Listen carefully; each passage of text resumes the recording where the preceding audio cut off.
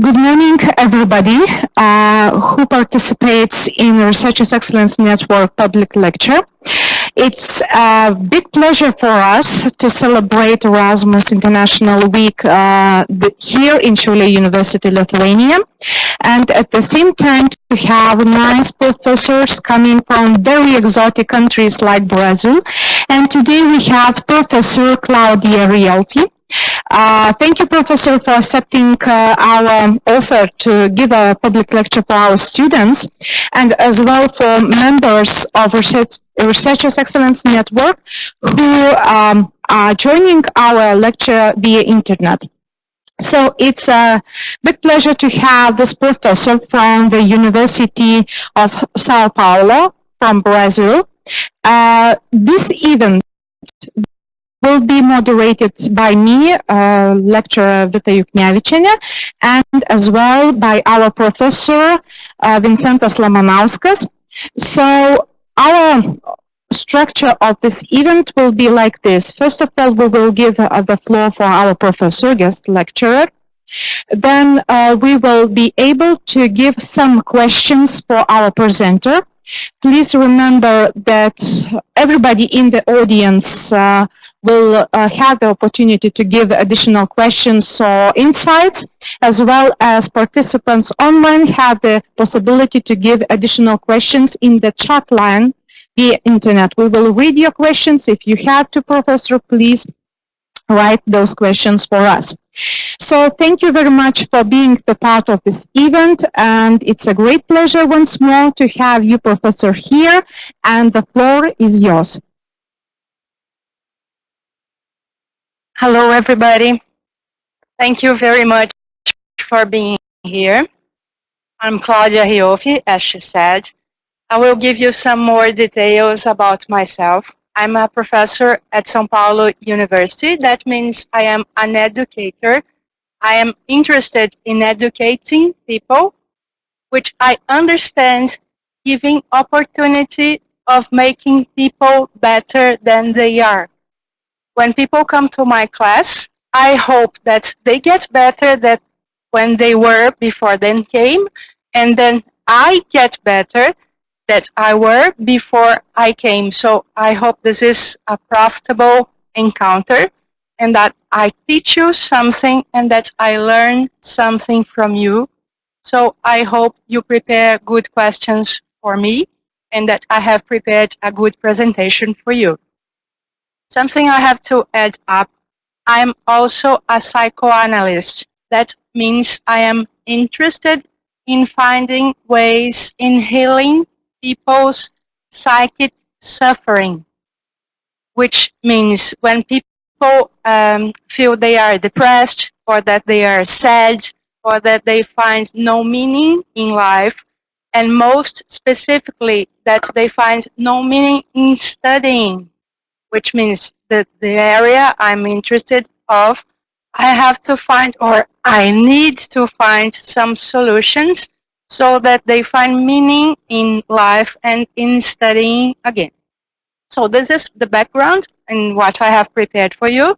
You can see the title, Critical Academic Literacy, Paulo Freire's Lessons. And I have asked people so that you could see the slides, because I have spent lots of times researching for beautiful pictures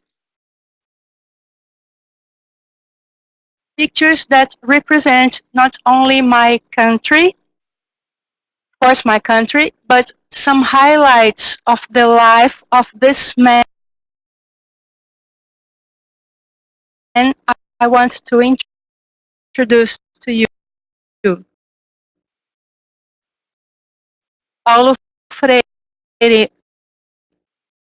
was a man that died 20 years ago. His death anniversary will be in the 2 of May. That means 20 years in some days. And all over the world, people are commemorating his death anniversary. So when I was invited to come here, I thought it would be a good opportunity so that we could commemorate his death anniversary as well, and that I could share with you some of the lessons this most famous Brazilian have made this quick presentations for two reasons. First of all, to introduce my understand my Brazilian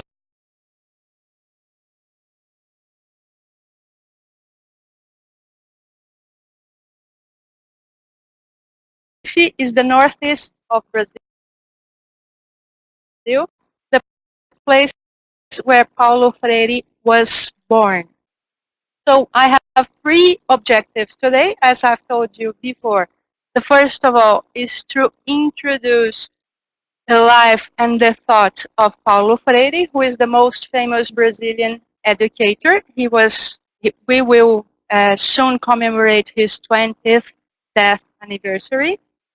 Then I will share some of the applications of the context of critical academic literacy. I have to pinpoint this word critical. Critical here does not mean to criticize. It does not mean to say bad words like, I don't like you, you are ugly, or something like this. It just means to have a better consciousness. Paulo Freire used to say, people walk in the world with no consciousness in what they are doing. It's an automatic living. And when they go to school, school should give them an opportunity to wake up and think about their living. He would call this a critical living. That is a living that you think about what you are doing.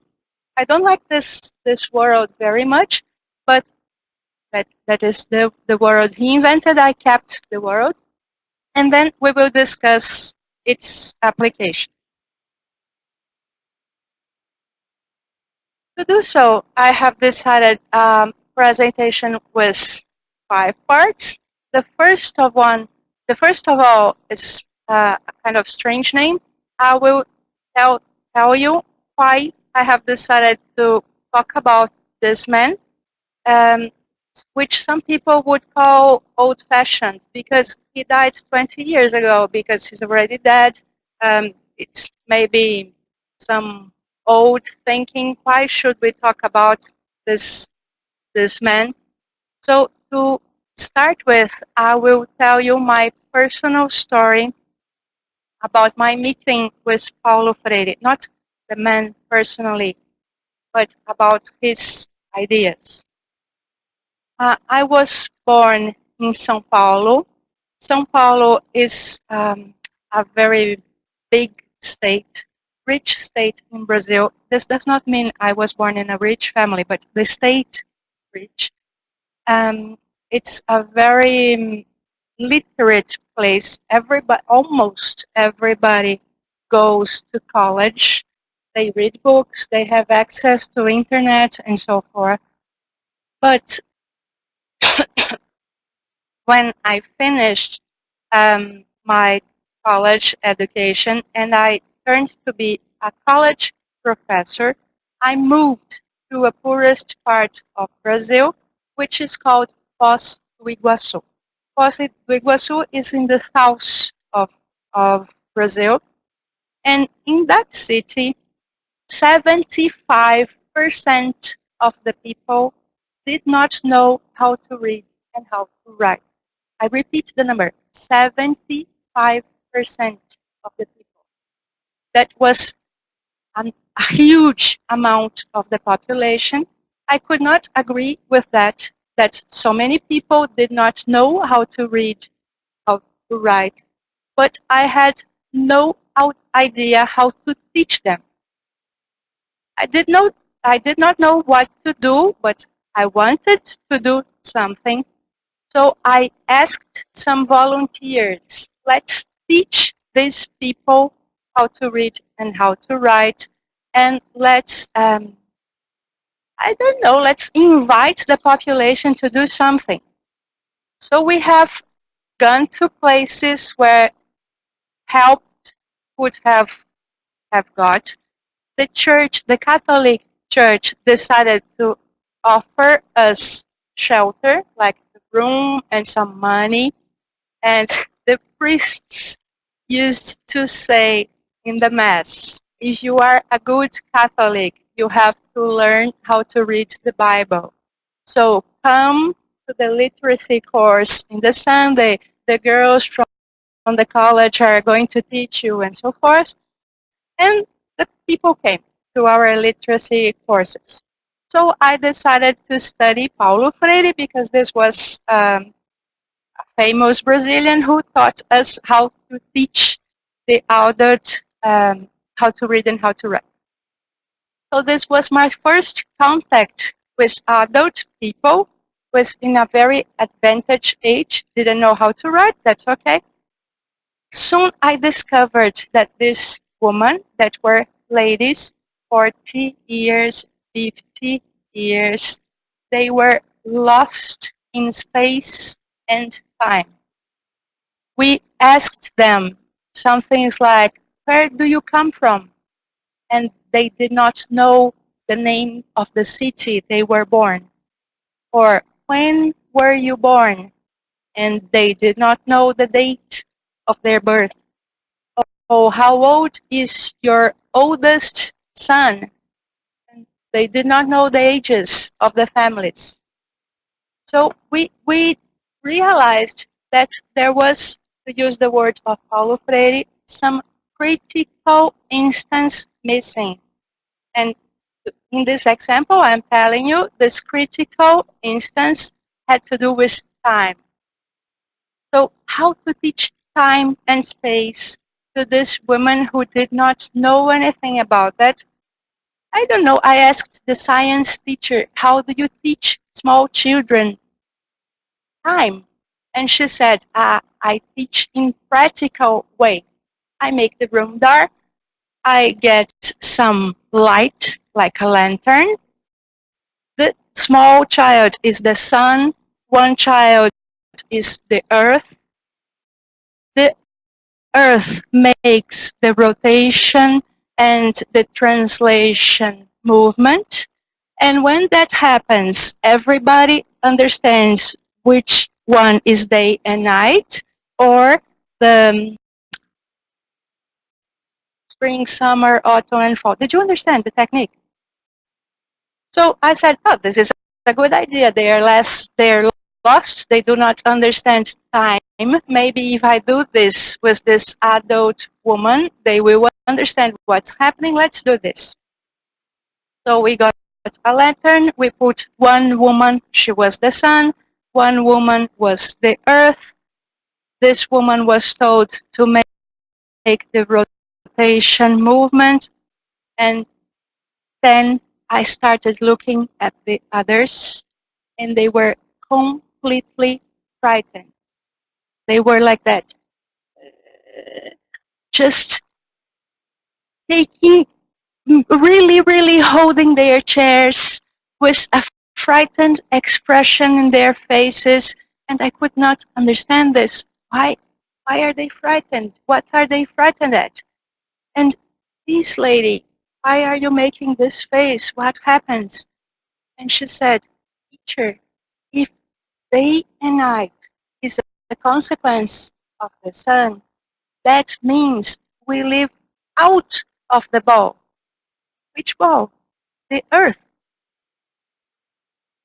You understand? These ladies, for the first time in their lives, they understood that the earth was not a closed ball that they lived inside. Because up to that moment, they looked at the sky and they saw something blue, and they heard somewhere that the earth was round. So they concluded that the earth was a closed ball they lived inside. And when they made that experience with the lantern, they were forced to see if the sun illuminates us, so the earth is opened. So if the earth is open, there's a serious danger that we go flying up the sky. So When I heard this, Freire was right. I hope you understood what I was trying to say through this example. That is, illiterate people, what they do not know is not only write and read, but they tend to have different categories of thinking. And because of these different categories of thinking, sometimes they are easy victims for people who want to dominate, who want to oppress them. This was Paulo Freire's concern, and this was his call. And then we will do all that.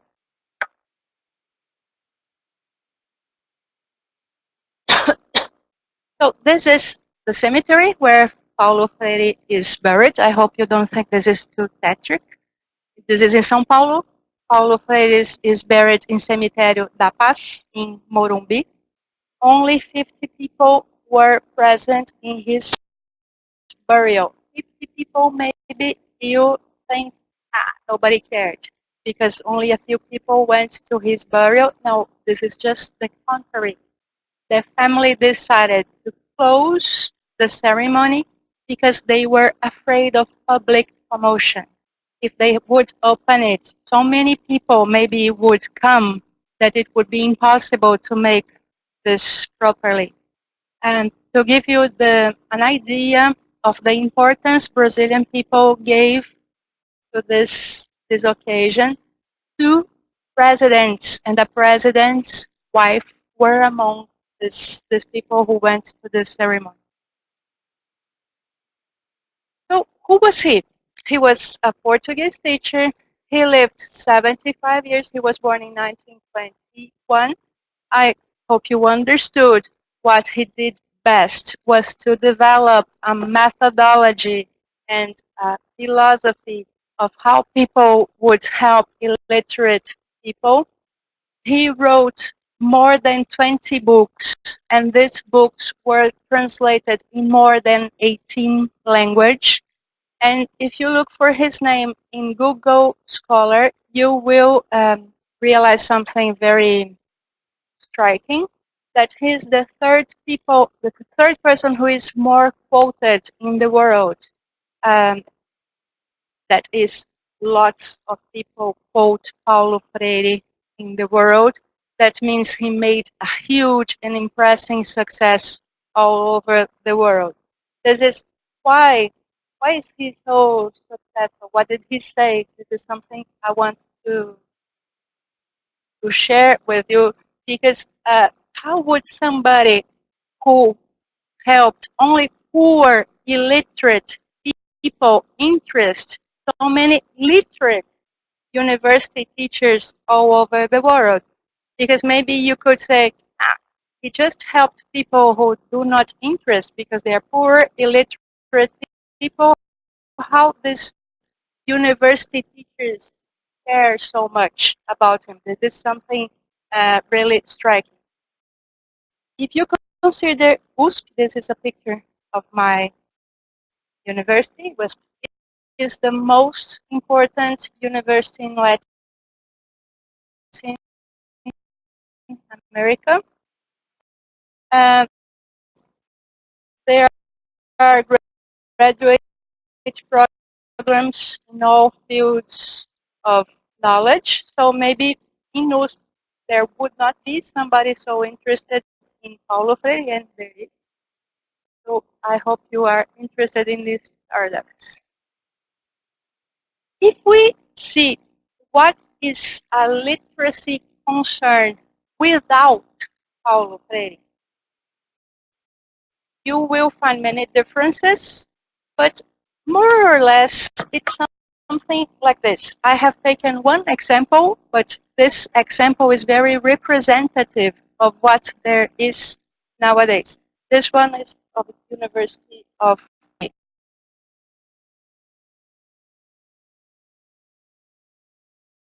what do they have to learn?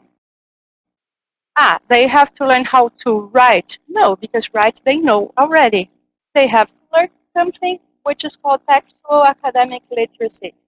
And what is this? This is something that is behavioral. They have to know how to go to the library. They have to know how to find books. They have to know how to choose proper books. They have to know how to summarize the content. This is something that has to do with reading. They have to understand what they have read. They have to choose the most important parts of the books they have read. And this is something that has to do with writing. They have to know how to write the proper parts of each text. How do I write an introduction? How do I write a discussion of data? How do I write a conclusion? And everything of this composite of textual academic literacy can be taught in courses.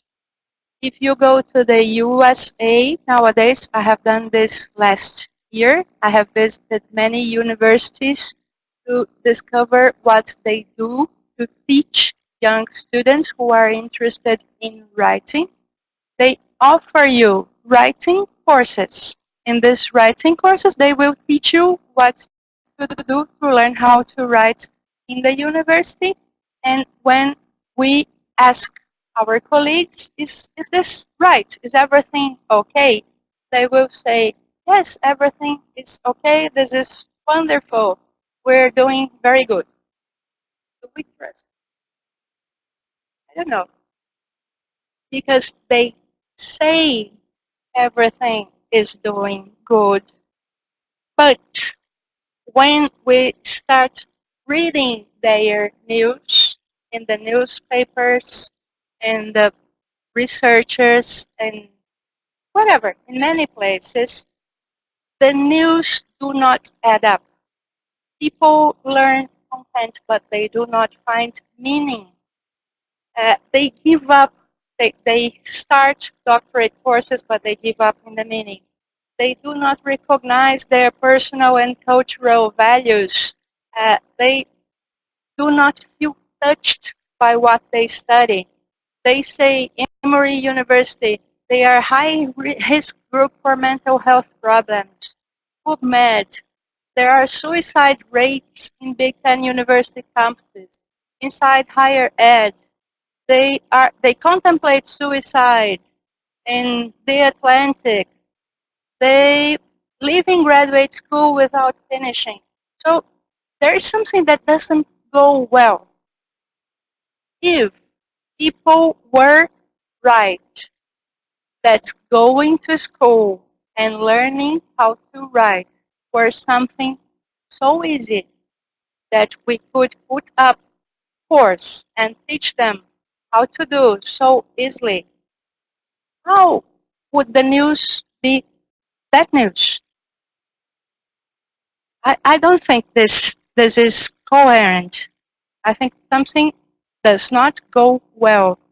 So this is why I'm calling Paulo Freire again to make a passage from textual academic literacy. This is what I have explained to you what was, to something I have been calling, to use his word, the critical academic literacy, which is, I will read because I have invented this definition, a composite of the singular non-transferable skills that are required of academic study and research that are conquered by subjects who are willing to struggle to produce knowledge. If you have followed me, I have taken the definition from textual academic literacy. I have thought about that with the help of Paulo Freire, and then I have produced something new with his categories that I have not the hope that you have already understood, but I think you will have by the end of this conference. So what I have the hope that we will understand is this change of paradigm, that in order to find meaning, it is more important to want to take something than to be offered something. So if I want to form university students that are willing to really have pleasure in life, what they are writing, that write meaningful thesis, meaningful for them, that they feel happy, that they feel, I don't know, they want to wake up in the morning and go to the university because they want, not because they are told to. What is more important is that they want to take something that is more important to them, not exactly the course we are giving them. This is something Paulo Freire will help you understand. So this is my problem. Now we go to his life. To understand Paulo Freire's life, you have to understand a little bit Brazil.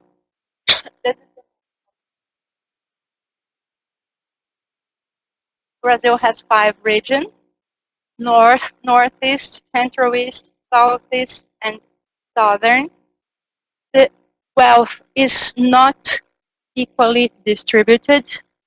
The richest regions is Southeast and South. The poorest regions is the Northeast. Paulo Freire was born in the poorest regions. You can see there I have put a mark on the map, red mark on the map. The place is called Recife, where he was born. To give you an idea of the time Paulo Freire was born, on the 30s, the life expectation was completely different. If you were born in the south of Brazil, you could expect to live 50 years. But if you were born where Paulo Freire was born, because of the poverty and the lack of water, you would expect to live just 38 years. So there was 12 years of difference. Literacy has to do with this, because people were illiterate. They did not know what to do to survive better. They did not have the water, but if they had the water, they would not know some things like wash your hands before eating, take care of the water you give to your children, choose the better nourishment from vitamins or proteins or something like this, because they would not have the information. So because of being poor and because of being illiterate, life expectation would have really, really different conditions. So if you were born in the Northeast, you would expect to be born poor and die poor. 2 complications would add up to these ones I have told you before. The first one is that in Brazil, you would have to know to write and to read to vote for the president. So illiterate people could never choose a president that would promise to do something good for them, because they could not vote, they could not choose their president. And there was another complication, is that there was a habit that some 30 politicians would buy the votes. How would they do this? They would contract some people to teach you how to write your name. That was just your name, nothing else. And once you could write your name and prove you were literate, I would give you some money and you would vote for me. And once I had voted, I had bought so many votes, I would be the new president. And of course, I would do nothing for you, I would do for me. So I would teach many people. The statistics would say that in the Northeast, I had so many people that knew how to write, because so many people voted, but nobody knew how to write. And the president would always be the president that would do something for the rich people. In this reality, Paulo Freire was born. When he was born in 1921, there was, some years later, there was the Great Depression. I think you will remember that in the 29th, there was a problem, the financial problem in New York, correct? There were consequences in Brazil. Brazil at that time lived from the coffee selling. As people did not have money all over the world, they did not buy Brazilian coffee. So the people who lived from coffee selling got very, very poor. And the small sellers, suppose you had a restaurant or a coffee shop or something like this, they did not have money as well. So Paulo Freire's family had to live for a less expensive city. His father died of a heart attack. Paulo Freire had to work when he was 10, so he got behind in school. And some years later, he would say, poverty and hunger severely affected my ability to learn. But he was not sad with that. In fact, he said he was very happy with that poor reality, because he said this reality of his, this life reality, made him aware of what was happening to his people and gave him a strong will to find the solutions, not personal solutions for himself, but the solutions for everybody. He first decided to be a lawyer. He went to the University of Recife, that's a beautiful picture of the university. But he got in love with a teacher, which is called Elsa. So he never worked as a lawyer. He decided to work with his wife, both of them as Portuguese. They together had 5 children and were teachers for a long time. As he was a very good Portuguese teacher, local government appointed him the director of Department of Education and Culture of Social Service in Pernambuco. This was when, in 1946, he decided to develop this method to teach illiterate people to read and write, and he invented this. I will explain to you in some slides. This what was called the cultural circle. So go to the cultural circle. So what is this? You can see a picture of this. I think you already understood that Brazil at that time had no money. So if there was no money, there would be no room and no school and no nothing. So Paulo Freire would teach under the trees. When there were chairs, he would put the chairs in circles. When there were no chairs, they would sit on the floor.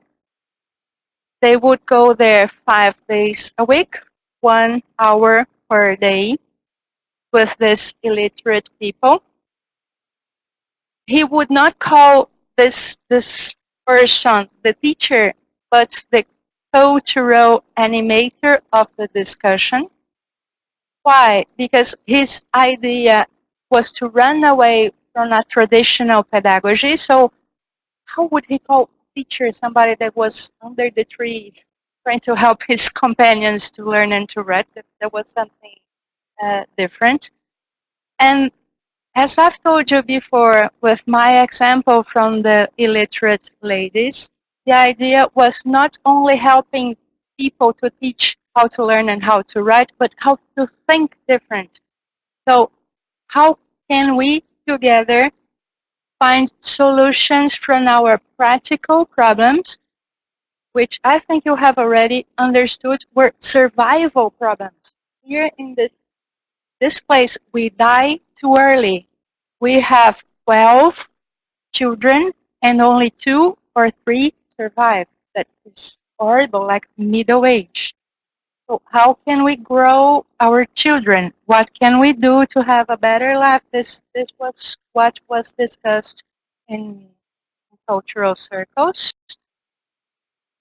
His first result was very modest because he tested his methodology with only 5 students. From these 5 students, 2 gave up and 3 learned how to read and write. But these 3 were a miracle because they really did learn how to read and write in 30 hours.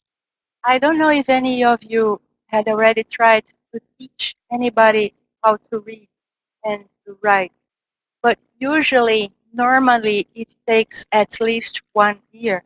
1 year having classes 4 hours or 5 hours every day. So if you add up, it will make 200 hours or 100 hours to teach somebody how to read and how to write.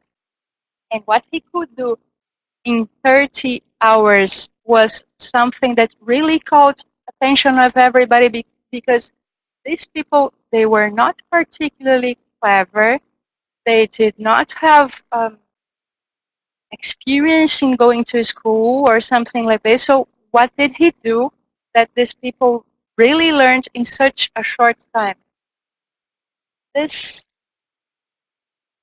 this called attention of the authorities at that time, and Brazilian government of another state in the Northeast region invited Paulo Freire to teach this methodology with more students. So he was offered the opportunity to test what he did with 300 sugarcane workers. And this time, the sugarcane workers understood the opportunity they had, and they did not give up. So he could teach 300 sugarcane workers to learn how to read and to write in 45 days. So the federal government looked at this and said, my God, this is really a miracle. This man, Paulo Freire, is a genius. He found a solution for illiterate people in Brazil. We will implement cultural circles in all this country, and this was done. But let us check again the dates. This was 60s, okay? 4 years later, what was good finished. There was a serious political problem in Brazil that had nothing to do with Paulo Freire, but had serious consequences to Paulo Freire and to everybody. I don't know if you heard of, we had a coup d'etat because the president at that time, which was called João Goulart, he tried to implement some reformations that would give more rights to the workers. The people who had a lot of money and who were at the right wing of politicians did not like this and thought that João Goulart and his friend were a communist threat. So they put the army on the streets, took João Goulart out of the government, implanted a military junta to run our country, and everybody who did not like it were killed, imprisoned, or sent out of the country. Paulo Freire was sent first imprisoned and then sent out of the country, and his methodology was mandatorily forgotten. So this was a broken project. After 70 days imprisoned, he was sent to exile. This was very bad for Brazilians, but very good for our neighbors, because Paulo Freire spent 1 year in the States where he was offered a job as a professor in 2 universities that translated his books and implanted some of his methodologies in college. Then he was offered a job in Geneva. From Geneva, he implanted a research project in Africa. And he was traveling from Geneva, Africa, Africa, Geneva, Geneva, Africa, Africa, Geneva. He implanted his cultural circles in Africa and so forth. Just in the 80s, he returned to Brazil. This was the life. Of course, I could give you some gossip details that he was widowed, he married again, but this is no interest. So we will just see a little more of his thought.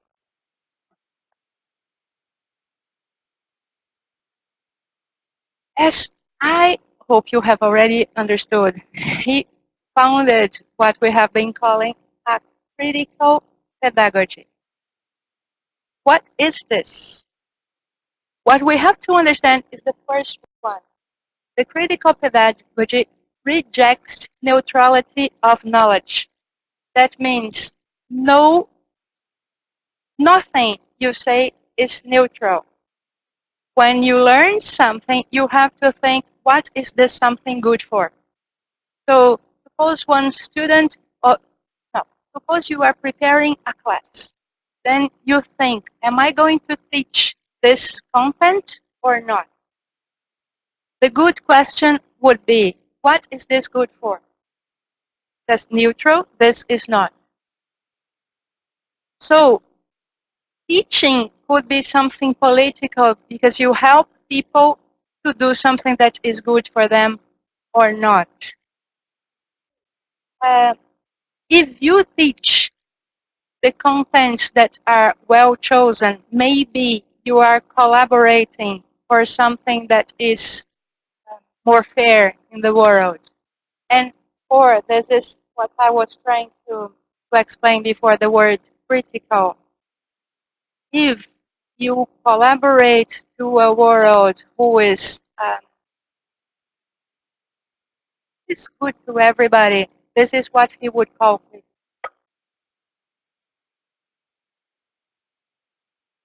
The foundation book that Paulo Freire wrote is called Pedagogy of the Oppressed. Its first publication was in 1968. You can read the numbers there. It sold a lot, and it was translated worldwide. What is new there? It proposes a new relationship between teacher, student, and society. I will read just a small paragraph from the Pedagogy of the Oppressed so that you get the feeling. Concern for humanization leads at once to the recognition of dehumanization, not only as an ontological possibility, but as an historical reality. As an individual perceives the extent of deshumanization, he or she may ask if humanization is a viable possibility. Within history, in concrete, objective contexts, both humanization and dehumanization are possibilities for a person as an incompleted being, conscious of their incompletion.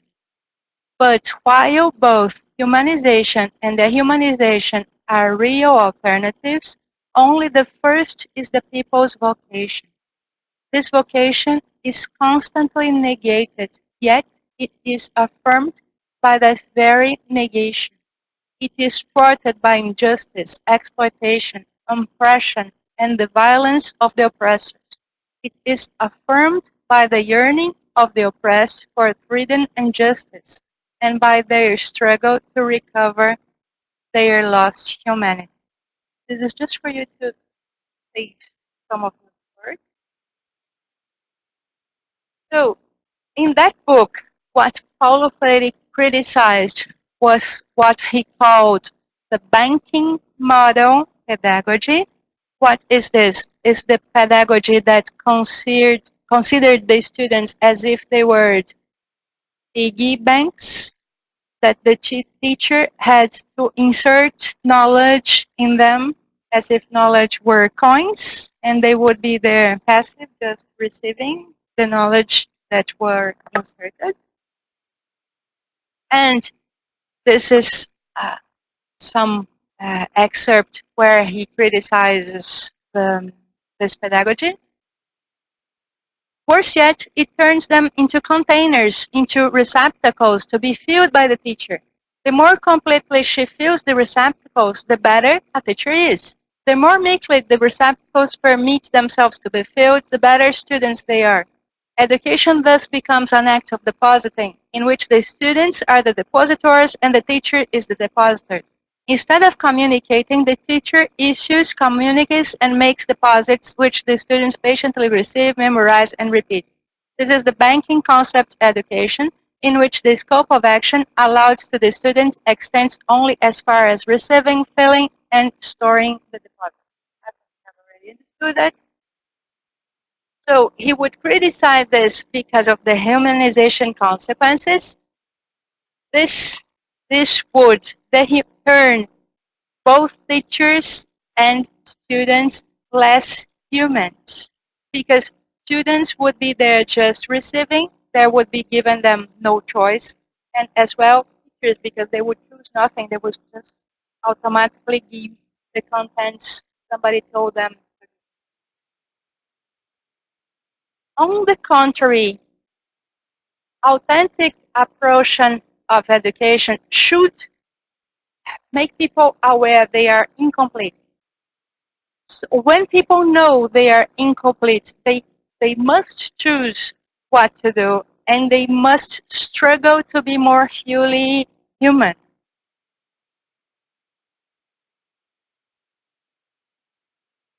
I don't know how many of you have studied philosophy before. If you have, maybe you have came up to this alone when I was explaining some of the traits of Paulo Freire's philosophy. If you have not, there's no problem at all. But here in this slide, I have summarized the proper names of the 4 most influential lines of thoughts that have influenced Paulo Freire's thought. The first of all is Christian existentialism, phenomenology, Hegelian dialectics, and historical materialism. We do not have time to go into that into detail, and it was not the case. But in the following slides, I will just pinpoint some of the traits of these 4 lines of thoughts as they are present in Paulo Freire's works, not alone, but in the works of Paulo. So, from the Christian existentialism, what did Paulo Freire say?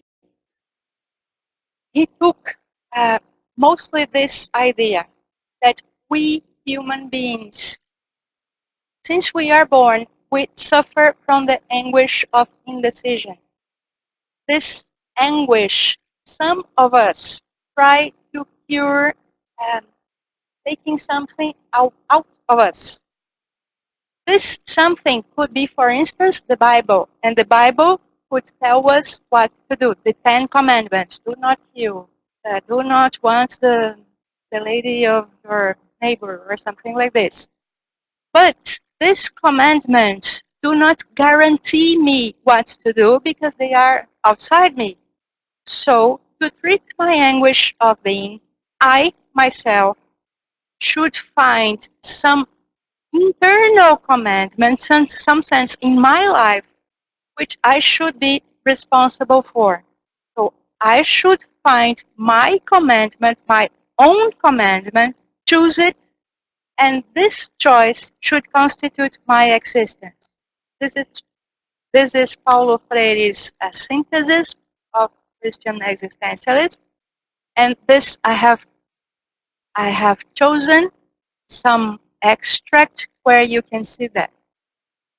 He was talking about the military cup in Brazil, and he said, it was more and more difficult to support an education able to correspond to this defy. The race from naivety to critically.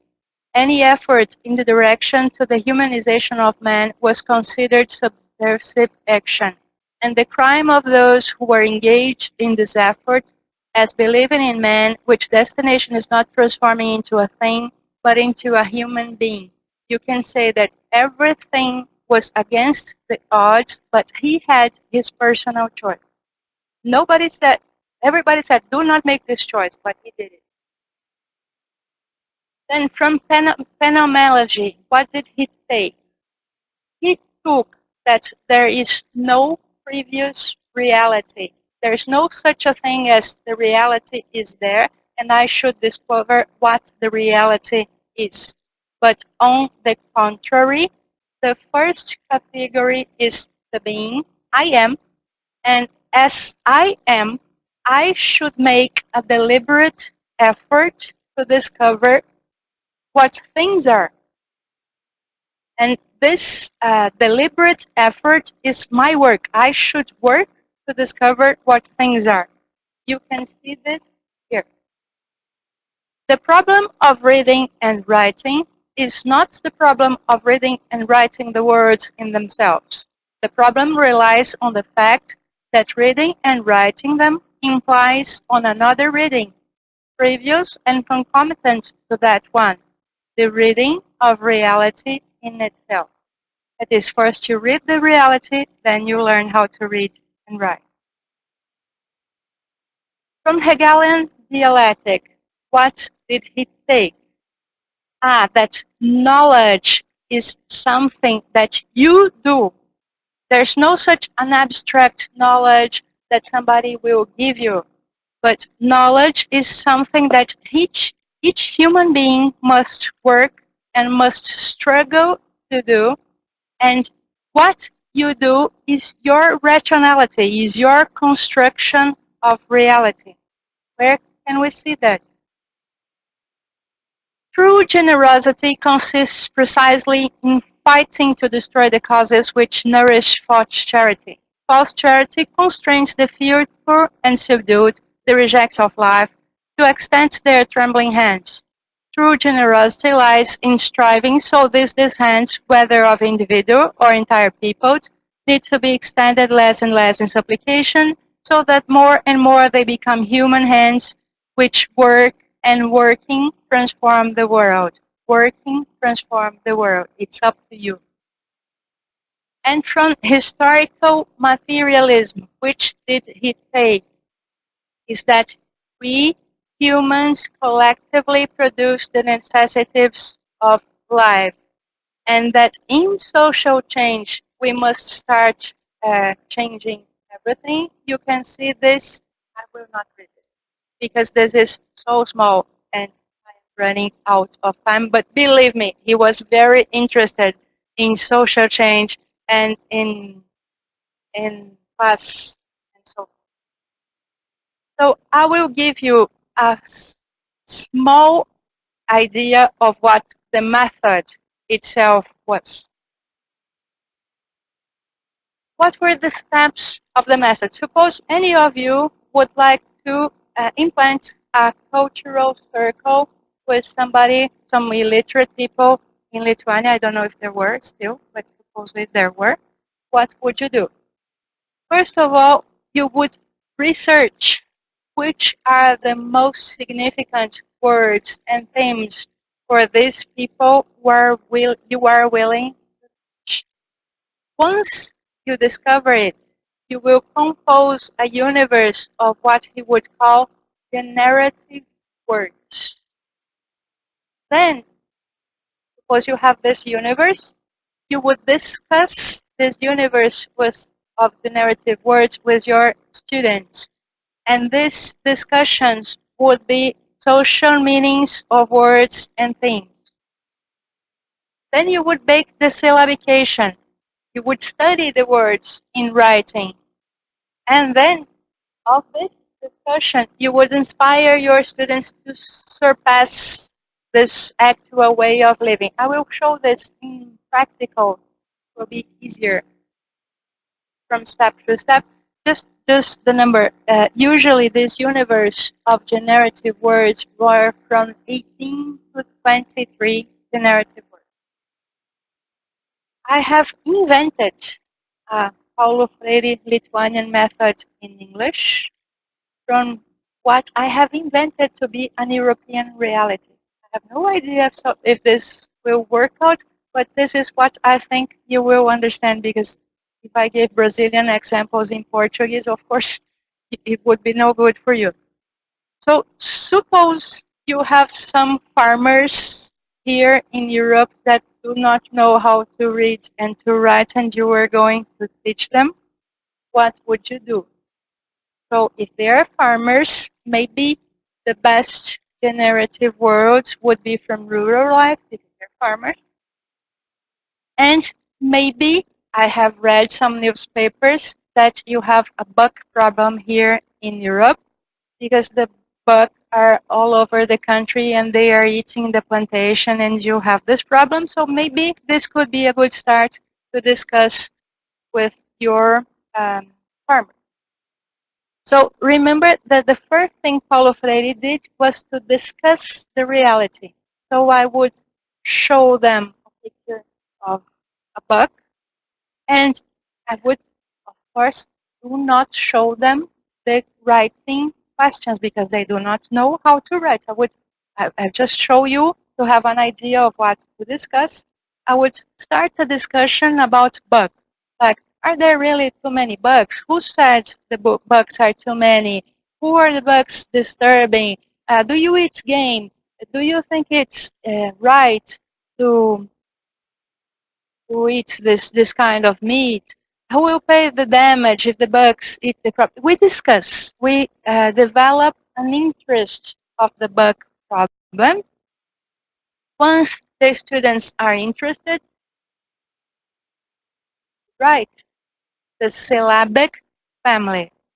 Bug in English is one syllable, so I would write bug, bag, big, bog, book, the vowels. A, E, I, O, U. Okay?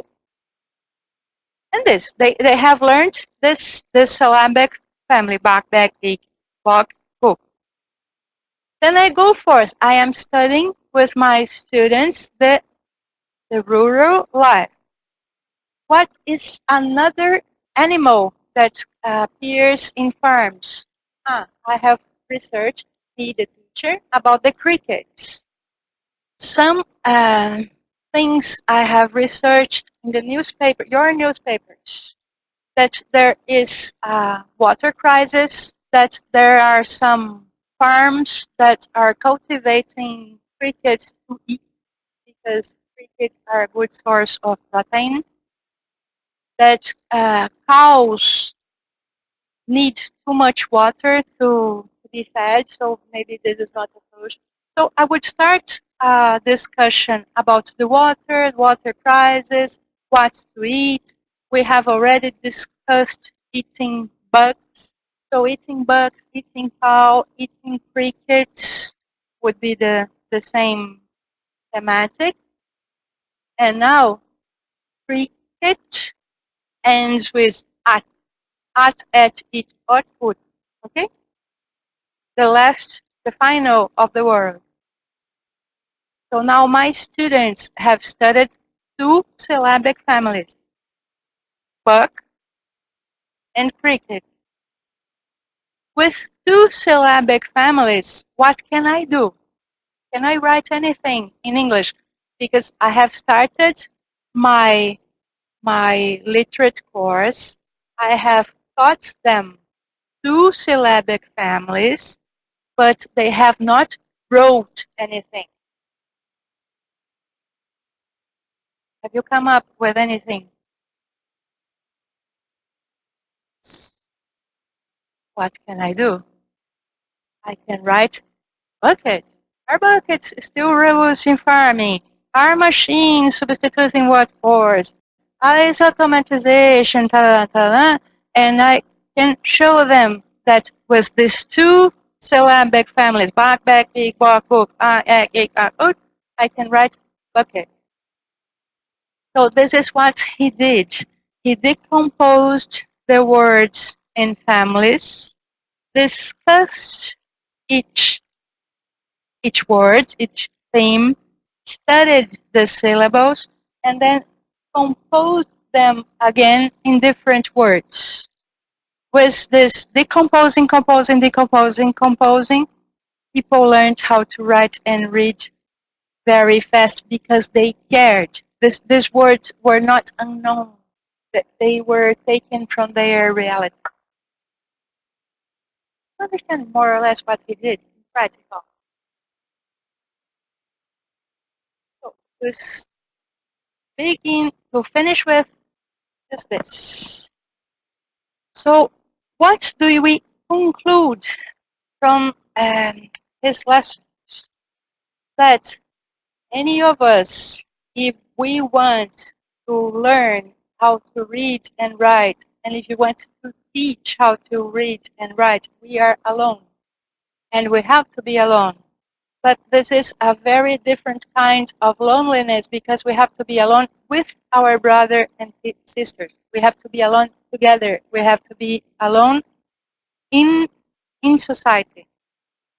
And being alone, we have to understand that no voice that comes from outside can guarantee us it's our choice. We have to understand that human being, when left alone, inertia is his automatism. He will be there and he will not see what's happening. He has to be helped to be conscious, and being conscious will have to be his choice. People must commit to their choices, and what we choose will be our world. This is what Paulo Freire has taught. To make this presentation, I have took those extracts I have read from you from 4 books. These 4 books are these ones. If you are willing to read more, I have that for you. This is what I wanted to share for today. Thank you very much for your attention.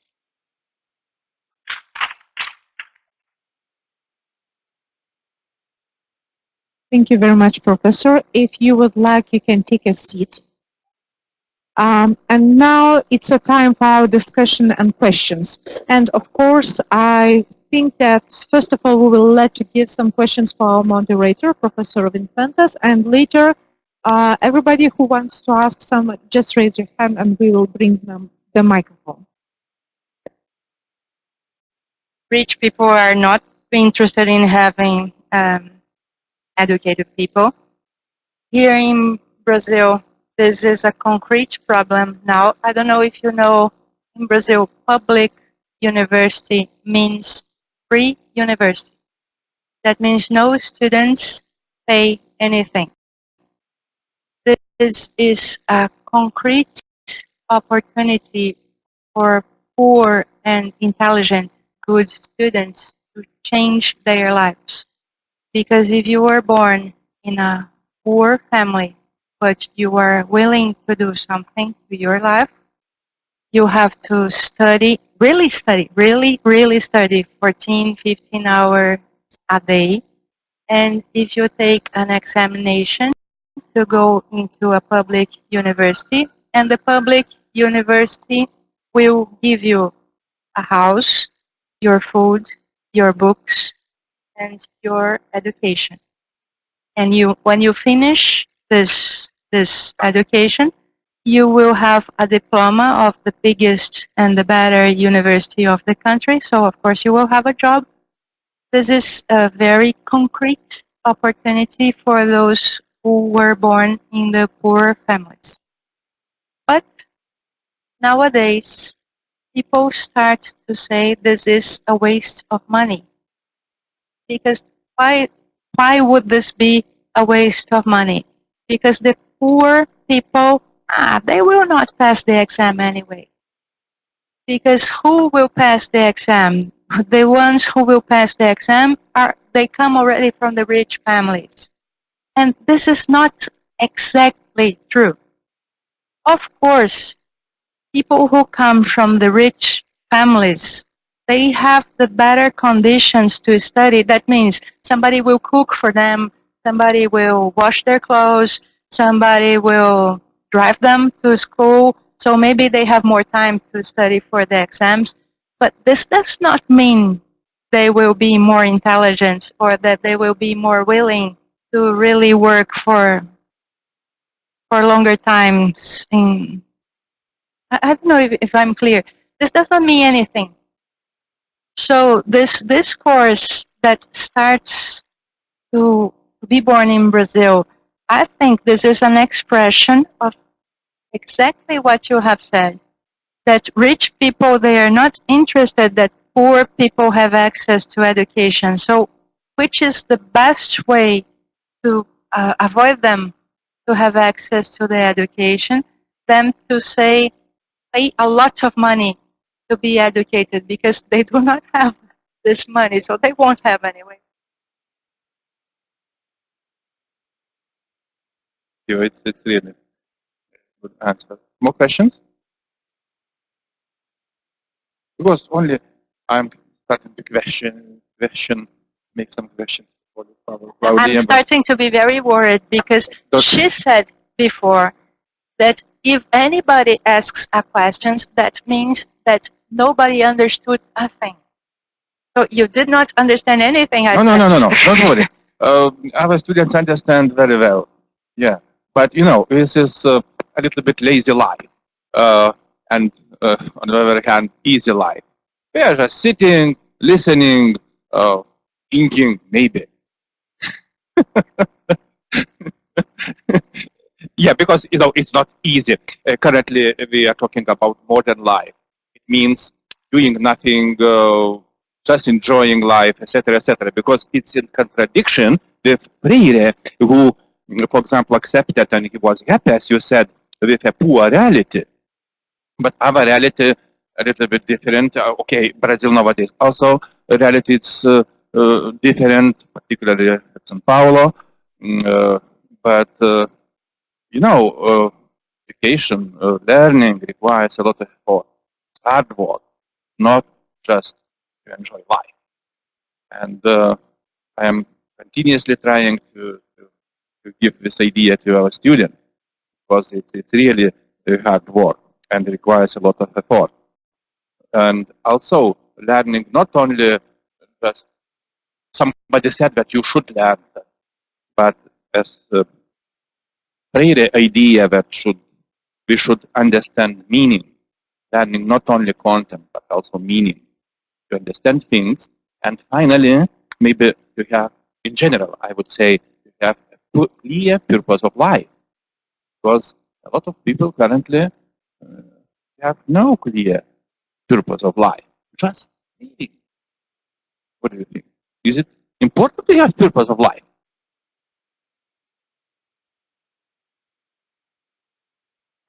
To to be admitted in medicine course in USP, you have to take an examination which from each 110 candidates, one will get the opening. I repeat the number. 110 make the exam and one gets the opening. That means it's very, very, very, very difficult to come in. So when they come in to the medicine course in the University of Sao Paulo, that's the creme of la creme. That means these boys and girls, they have studied very, very, very, very, very hard. And they have took in the examinations 10 in all the subjects. That means that society expects a lot from them because they should know anything, they should be very prepared, and so forth.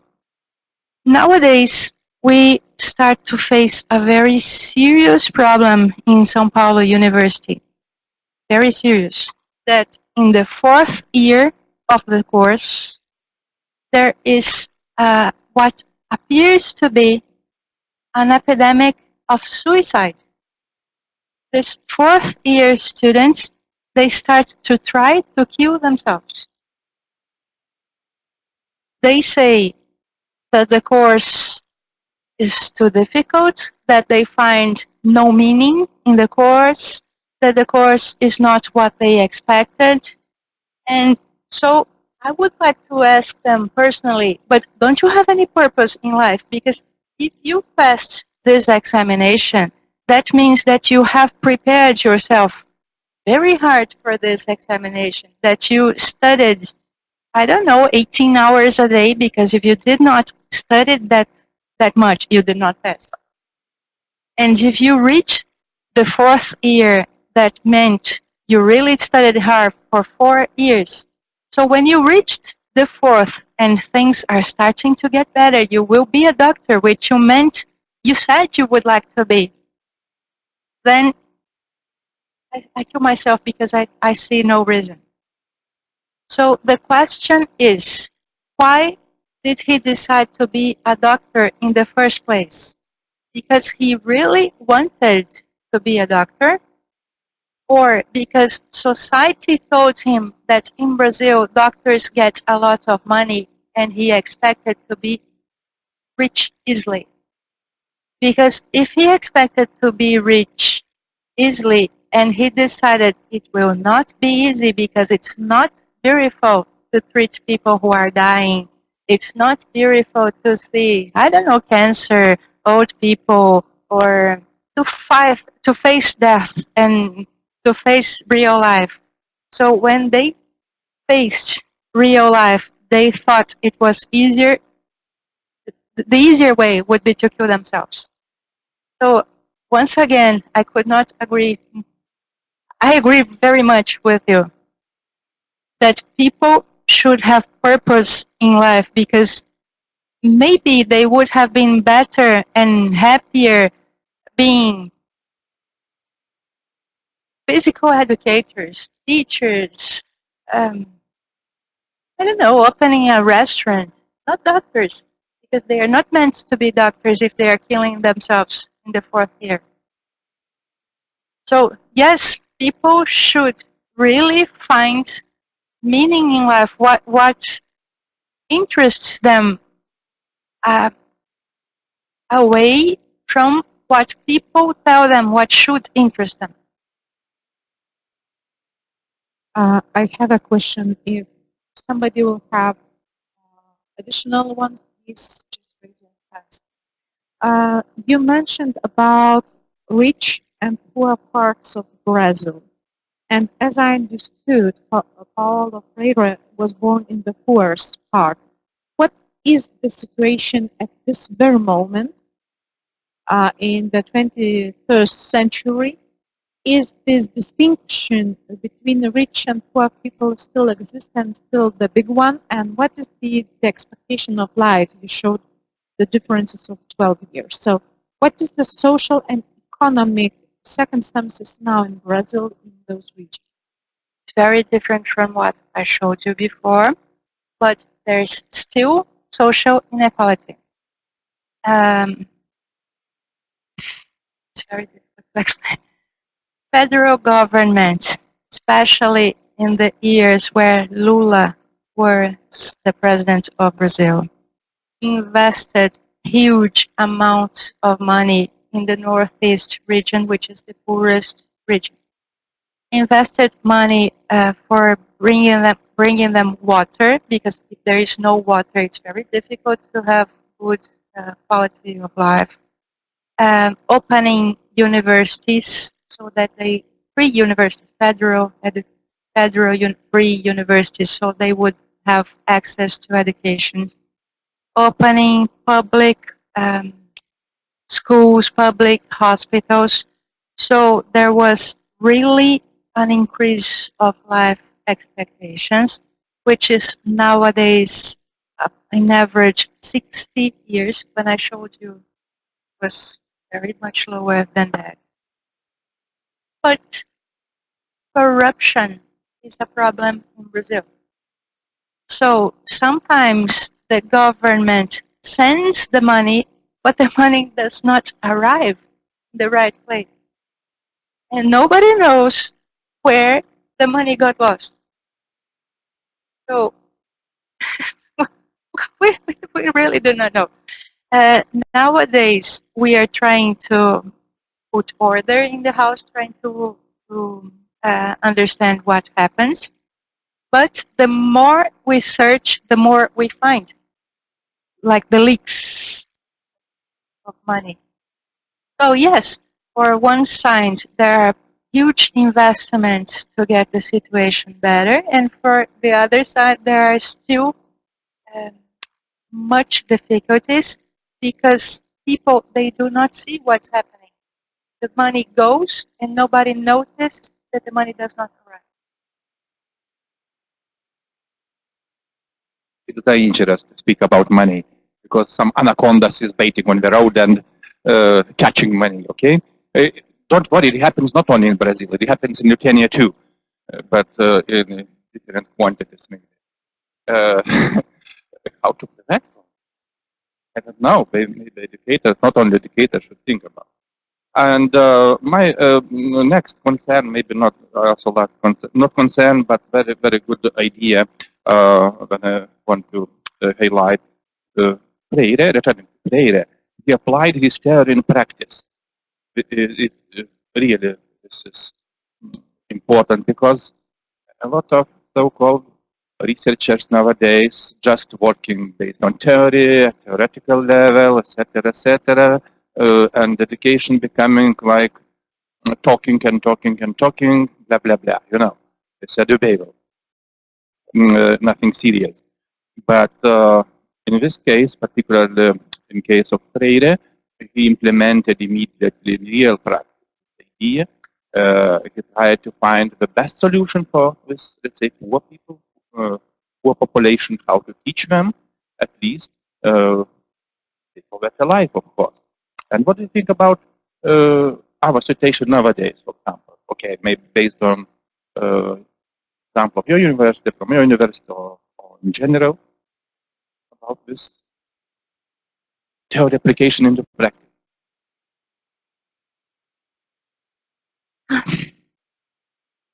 I have a mixed feeling about that. Not only in my university, but in many universities I have been visiting. Based on my colleagues seem to be divided. That means they have social and political concerns. They are implied in changing the world and helping people. But it seems that it does not have anything to do with their university life. Like they form teachers, they go to school, they do research that is applied research, but when they write articles, when they do research, it's something separated. I don't know if they think it's ugly, or they think nobody will care, or if they think that the publishers will not like. It's like if they have two lives. The life of political engagement and the life of scientific neutrality. And this, I think it's more visible here in Europe from the colleagues I visit here. I don't know why. I don't know why. Really, I don't know why. So maybe don't be shy. You can ask various questions. Sometimes our students are too shy to ask, but maybe later during other meetings they will come and add some information and concerns about the topic. So, dear professor, let us thank you for your nice presentation, for very colorful slides, for nice insights and so easy understandable style and manner of speaking, because even me being from other field of science, I understood every your thought, and I thought that those ideas are quite acceptable in nowadays society as well, because we know that even students having the purpose of life and having some insights what they would like to do to change the world, first of all, they have to understand their place, their wishes, and themselves. So I think that those ideas are very important in nowadays society as well.